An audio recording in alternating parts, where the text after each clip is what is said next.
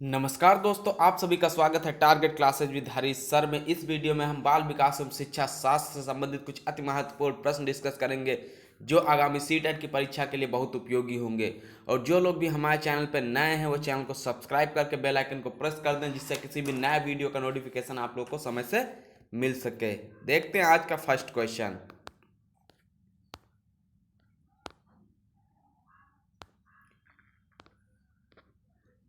First question दिया है, बच्चों में ज्ञान की रचना और अर्थ का निर्माण करने की क्षमता होती है, इस परिप्रेक्ष्य में एक शिक्षक की भूमिका है। यानी बच्चों में ज्ञान की रचना और अर्थ का निर्माण करने की क्षमता है, तो इस परिप्रेक्ष्य में एक शिक्षक की भूमिका कैसी होनी चाहिए? संप्रेषक और व्याख्याता की, सुगमकर्ता की, निर्देशक की, या तालमेल बैठाने वाले की। तो शिक्षक की भूमिका कैसी होनी चाहिए? सुगमकर्ता की। बी ऑप्शन इसका राइट होगा। बच्चों में ज्ञान की रचना करने और अर्थ का निर्माण करने की क्षमता होती है, इस परिप्रेक्ष्य में एक शिक्षक को सुगमकर्ता की भूमिका में होना चाहिए। नेक्स्ट क्वेश्चन देख लेते हैं। उच्च प्राथमिक विद्यालय की गणित अध्यापिका के रूप में विश्वास करती हैं कि, यानी आप उच्च प्राथमिक विद्यालय की गणित अध्यापिका होने के नाते किसमें विश्वास करेंगी? विद्यार्थियों की गलतियां उनके चिंतन में अंतर्दृष्टि उपलब्ध कराती हैं। विद्यार्थियों के कार्य विधिक ज्ञान को जानने की आवश्यकता होती, चाहे वे संकल्पनात्मक आधार नहीं समझते हों। सी ऑप्शन है, उच्च प्राथमिक विद्यालय के सभी बच्चों में गणित पढ़ने की योग्यता नहीं होती है। और डी ऑप्शन, लड़के गणित को बिना प्रयास के किए सीख जाएंगे क्योंकि यह उनकी जन्मजात विशेषता है तथा आपको लड़कियों के ऊपर अधिक ध्यान देने की आवश्यकता है। तो उच्च प्राथमिक विद्यालय की गणित अध्यापिका के रूप में आप विश्वास करती हैं कि विद्यार्थियों के गलतियों उनके चिंतन में अंतर्दृष्टि उपलब्ध कराती हैं। यानी जो विद्यार्थियों की गलतियां उनके चिंतन में क्या है? अंतर्दृष्टि उपलब्ध कराती हैं। तो विद्यार्थियों के कार्य विधि ज्ञान को जानने की आवश्यकता होती है, चाहे वे संकल्पनात्मक आधार नहीं समझते। ये नेगेटिव पॉइंट था, इसको कट कर दिए। इसके बाद दिया हुआ, उच्च प्राथमिक विद्यालय के सभी बच्चे गणित में पढ़ने की योग्यता नहीं रखते हैं। ये कोई जरूरी नहीं, क्योंकि सभी बच्चे विशिष्ट होते हैं। लड़के गणित को बिना प्रयास किए सीख जाएंगे क्योंकि यह उनकी जन्मजात विशेषता है तथा आपको लड़कियों के ऊपर अधिक ध्यान देने की आवश्यकता है। ये भी कोई जरूरी नहीं है। तो ये 3 पॉइंट नेगेटिव थे, एक ये पॉजिटिव पॉइंट था, तो राइट आंसर हो जाएगा ए ऑप्शन। नेक्स्ट क्वेश्चन देख लेते हैं। निम्नलिखित कथनों में से आप किससे सहमत हैं? तो ये जो कथन दिए हुए हैं इनमें से आप किससे सहमत हैं? अधिगम पूर्ण रूप से बाह्य उद्दीपनों के द्वारा नियंत्रित होता है। अधिगम एक सामाजिक सांस्कृतिक परिवेश में घटित होता है। अधिगम तब तक घटित हो सकता है जब तक इसका अंकों के रूप में बाह्य रूप में आकलन नहीं कर लिया जाता है। अधिगम केवल तभी होता है यदि व्यवहार में सुस्पष्ट होता है। तो निम्न कथन में से आप किससे सहमत हैं? तो इसका राइट आंसर हो जाएगा, अधिगम एक सामाजिक सांस्कृतिक परिवेश में घटित होता है। जो सीखने की प्रक्रिया है एक सामाजिक सांस्कृतिक परिवेश में ही घटित होती है। तो इसकी कुछ डिटेल देख लेते हैं। अधिगम एक जीवन पर्यंत चलने वाली प्रक्रिया, जो सीखना है एक जीवन पर्यंत चलने वाली प्रक्रिया है, ये खत्म नहीं होती है। बस इसमें क्या होता है, सीखने की प्रक्रिया में कभी मंदता आ जाती तो कभी तीव्रता आ जाती, लेकिन अधिगम एक जीवन पर्यंत चलने वाली प्रक्रिया है। और यह प्रक्रिया सामाजिक सांस्कृतिक परिवेश में घटित होती। ये कहाँ पे घटित होती है? सामाजिक सांस्कृतिक परिवेश में घटित होती है तथा उससे प्रभावित भी होती है। जो सामाजिक और सांस्कृतिक परिवेश है उससे प्रभावित भी होती है। नेक्स्ट क्वेश्चन देखते हैं। निम्नलिखित में से कौन सा कथन सबसे बेहतर ढंग से वर्णन करता है कि कक्षा में बच्चों को प्रश्न पूछने के लिए क्यों प्रोत्साहित करना चाहिए? ए ऑप्शन दिया है, प्रश्न बच्चों को की जिज्ञासा को बढ़ाते हैं। जिन बच्चों के बारे में बच्चे नहीं जानते हैं उनके बारे में विचार करवाकर उन्हें यह महसूस करवाया जा सकता है उनमें बुद्धि की कमी है। सी ऑप्शन दिया है, प्रश्न अन्योन क्रिया के द्वारा अधिगम को आगे बढ़ाते हैं तथा संकल्पनात्मक स्पष्टता की दिशा में बढ़ते हैं। और डी ऑप्शन दिया हुआ है लास्ट, बच्चों को अपने भाषा कौशलों के अभ्यास की आवश्यकता होती है।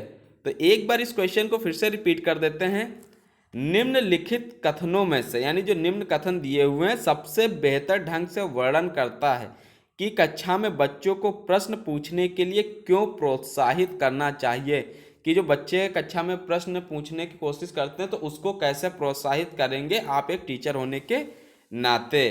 तो इसका राइट आंसर हो जाएगा, प्रश्न अन्योन क्रिया के द्वारा अधिगम को आगे बढ़ाते हैं तथा संकल्पनात्मक स्पष्टता की दिशा में बढ़ते हैं। यानी बच्चों को प्रश्न पूछने के लिए प्रोत्साहित करना चाहिए। एक टीचर होने के नाते जो बच्चे संकोच करते हैं उनको भी कक्षा में प्रश्न पूछने के लिए प्रोत्साहित करना चाहिए, क्योंकि प्रश्न अन्योन क्रिया के द्वारा अधिगम को आगे बढ़ाते हैं तथा बच्चों में संकल्पनात्मक स्पष्टता विकसित होती है। जो प्रश्न पूछने से क्या होता है कि कक्षा के अंदर जो इंटरेक्शन टीचर और स्टूडेंट्स के बीच में होता है वो अच्छा बना रहता है और इससे पढ़ाई का जो माहौल होता है वो सुदृढ़ होता है। इससे बच्चे का माइंड भी उसी टॉपिक से रिलेटेड ही रहता है, उसी पे केंद्रित रहता है।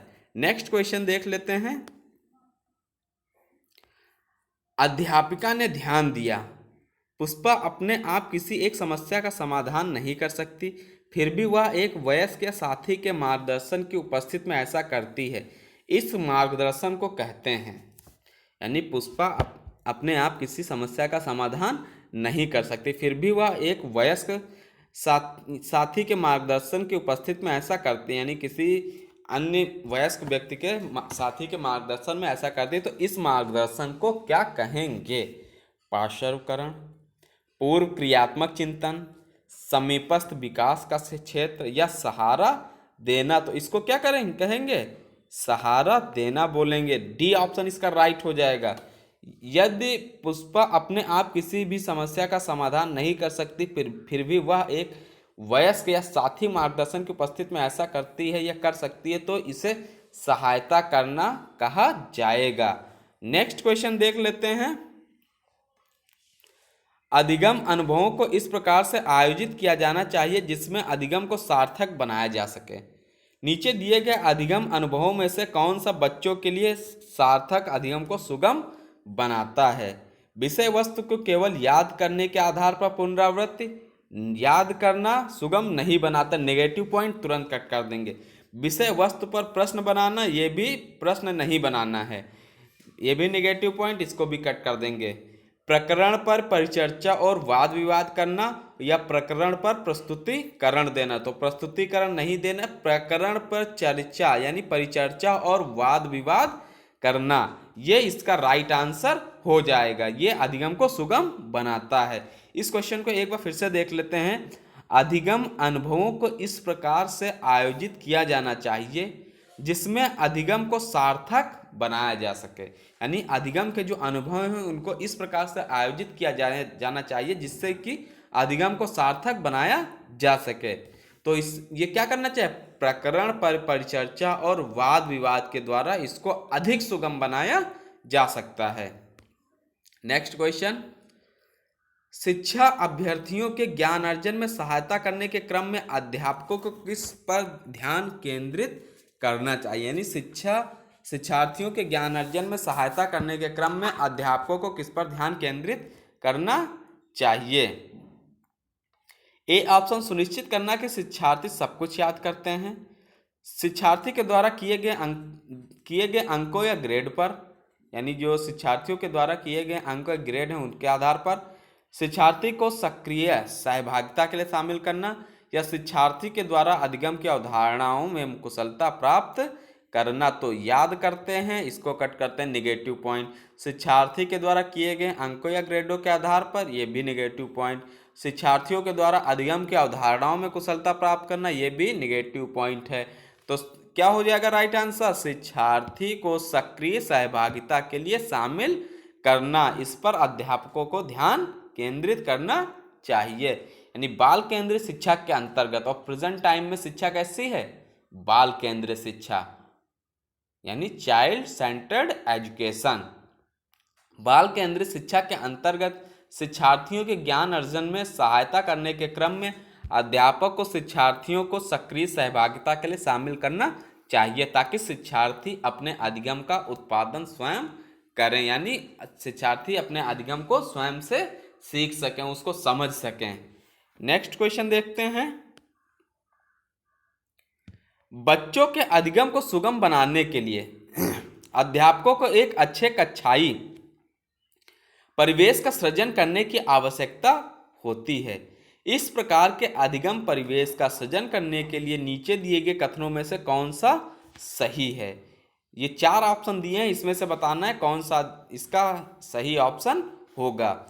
बच्चों के प्रयासों की स्वीकृति, यानी जो बच्चों के प्रयास हैं उसको स्वीकृति प्रदान करना, अध्यापकों के अनुसार कार्य करना, बच्चे के अनुसार कार्य करना, या अध्यापक का सकारात्मक रुख।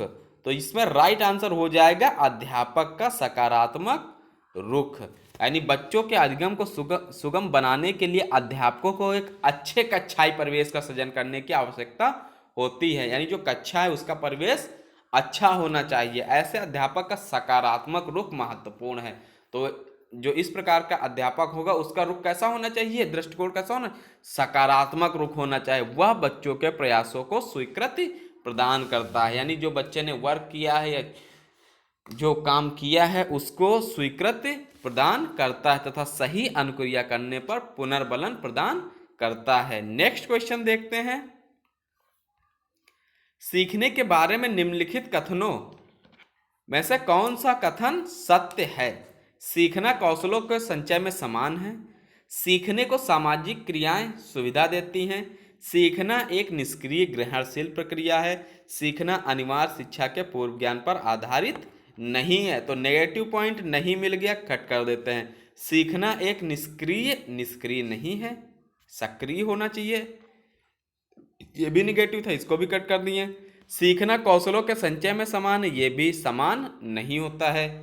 सीखने को सामाजिक क्रियाएं सुविधा देती हैं, इसका बी ऑप्शन सही हो जाएगा, राइट होगा। यानी सीखना क्या बताया गया था, जीवन पर्यंत चलने वाली प्रक्रिया है जो समाज में रहकर ही संभव है। इसलिए व्यक्ति समाज में रहकर सामाजिक क्रियाएं करता है और सामाजिक क्रियाएं सीखने के लिए पर्याप्त सुविधाएं उपलब्ध कराती हैं। बस सीखने की गति में क्या होता है, परिवर्तन होता रहता है। किसी टाइम पे सीखने की गति तीव्र होती है तो किसी टाइम पे मंद होती है और किसी टाइम पे पठार भी बन जाता है, यानी सीखने की गति रुक भी जाती है। लेकिन सीखने की गति जीवन पर्यंत चलती रहती है, रुकेगी लेकिन कंटिन्यू नहीं रुकेगी, वो कुछ समय के लिए, लेकिन कुछ समय के पश्चात तो सीखने की क्रिया फिर से प्रारंभ हो जाएगी। नेक्स्ट क्वेश्चन देख लेते हैं। निम्नलिखित में से कौन सा एक आधारभूत का एक अच्छा उदाहरण है जिसका आशय है समस्या का समाधान को तब तक सिखाना जब तक शिक्षार्थी स्वयं न कर सके? तो इससे रिलेटेड 4 पॉइंट है, इसका राइट आंसर देखना है क्या होगा। उसे आधा समाधान हल किया उदाहरण उपलब्ध करवाना, उसे कहना कि जब तक कि वह समस्या का समाधान नहीं कर लेते तब तक घर नहीं जा सकते। सी ऑप्शन दिया समस्या का समाधान जल्दी के लिए पुरस्कार देना। डी ऑप्शन दिया हुआ है उसे यह बताना कि वह बार बार प्रयास द्वारा कर सकती है। तो इसका राइट आंसर हो जाएगा उसे बताना कि वह बार बार प्रयास कर सकती है। इसकी डिटेल देख लेते हैं। यदि कोई शिक्षार्थी किसी कार्य को बार बार करता है किंतु फिर भी असफल हो जाता है तो इसका कारण है कि शिक्षार्थी की रुचि उस कार्य में नहीं है। यानी कोई शिक्षार्थी अगर किसी कार्य को बार बार करता है और उसमें असफल हो जाता है तो ये स्पष्ट करता है कि शिक्षार्थी की रुचि उसमें नहीं है, यह अवधान की कमी है। ऐसी परिस्थिति में शिक्षार्थी की रुचि कार्य में लगाने के लिए तथा उसके अवधान को केंद्रित करने के लिए शिक्षक आधारभूत सहायता उपलब्ध कराता है। तो इसके लिए शिक्षक को क्या करना चाहिए, आधारभूत सहायता उपलब्ध करानी चाहिए तथा उसे मानसिक रूप से हतोत्साहित होने से बचाना चाहिए। तथा जो इसके साथ में जो मानसिक रूप से विद्यार्थी हतोत्साहित होने लगता है तो उससे उसको बचाना चाहिए। तो इसका राइट आंसर हो जाएगा ऑप्शन डी, यानी उसे यह बताना कि वह बार बार प्रयास द्वारा कर सकता है। नेक्स्ट क्वेश्चन, आज 10 ही क्वेश्चंस थे, तो ये थे कुछ अति महत्वपूर्ण प्रश्न। आज आप लोग के लिए वन लाइनर क्वेश्चंस की सीरीज जैसे चल रही है उस सीरीज को देख लेते हैं। वन लाइनर सीरीज में फर्स्ट क्वेश्चन दिया हुआ है प्रासंगिक अंतर्बोध परीक्षण TAT, यानी टेट, इस तरीके से TAT लिखा होता है, बहुत क्वेश्चन पूछा जाता है। इसके प्रतिपादक कौन है? मॉर्गन व मुरे। नेक्स्ट CAT, इससे से रिलेट करता है अंतर्बोध परीक्षण, यानी बाल अंतर्बोध परीक्षण। इसको बोलते हैं प्रासंगिक अंतर्बोध परीक्षण और CAT को बोलते हैं चाइल्ड एक्सेप्शन टेस्ट। ये बोला जाता है हिंदी में बाल अंतर्बोध परीक्षण। इसके प्रतिपादक हैं लियोपोल्ड बैलक। रोसर स्याही धब्बा परीक्षण यानी IBT, इसके प्रतिपादक हैं हरमन रोसा। वाक्य पूर्ति परीक्षण यानी SCT, इसके प्रतिपादक हैं पाइन व टेंडलर। व्यवहार परीक्षण विधि के प्रतिपादक, जो व्यवहार परीक्षण विधि होती है, इसके प्रतिपादक हैं मे एवं हार्टसन। ये ध्यान रखिएगा, मे एवं हार्टसन। किंडरगार्टन बालोद्यान विधि के प्रतिपादक, कल के क्वेश्चन में ये आया हुआ था प्रश्न। किंडरगार्टन विधि के प्रतिपादक कौन है? फ्रॉवेल महोदय। खेल प्रणाली के जन्मदाता भी फ्रॉवेल महोदय हैं। मनोविश्लेषणात्मक विधि के जन्मदाता सिगमंड फ्रायड। और मनोसामाजिक के कौन है? ये हैं एरिक इरिक्सन। ये दोनों बहुत पूछे जाते हैं और दोनों ऑप्शन में दिए होते हैं। स्वप्न विश्लेषण विधि, जो स्वप्न विश्लेषण विधि होती है उसके प्रतिपादक है सिगमंड फ्रायड। प्रोजेक्ट विधि के प्रतिपादक विलियम हेनरी या किल पैट्रिक। तो ज्यादातर ऑप्शन में आपको किल पैट्रिक मिलेगा। नेक्स्ट देख लेते हैं मापनी भेदक विधि के प्रतिपादक एडवर्ड्स व किल पैट्रिक। और डाल्टन विधि के प्रतिपादक, ये भी बहुत पूछा जाता है, मिस हेलन पार्क हस्ट। आंसर में दिया होता मिस हेलन पार्क हस्ट। और डाल्टन विधि में डाल्टन पे टिक नहीं करना, ये भी ऑप्शन में मिलेगा। ये थे आज के कुछ अति महत्वपूर्ण क्वेश्चंस। नए वीडियो में मिलते हैं नए क्वेश्चंस के साथ में। और जिन्होंने भी अभी तक हमारे चैनल को सब्सक्राइब नहीं किया, सब्सक्राइब करके बेल आइकन को प्रेस कर दें, जिससे किसी भी नए वीडियो का नोटिफिकेशन आप लोग को समय से मिल सके। और वीडियो पसंद आया तो वीडियो को लाइक कर दीजिएगा, अपने 5 दोस्तों के साथ में इसको शेयर भी कर दीजिए, जिससे उनको भी इसका लाभ मिल सके। नए वीडियो में मिलते हैं नए क्वेश्चंस के साथ। तब तक के लिए नमस्कार।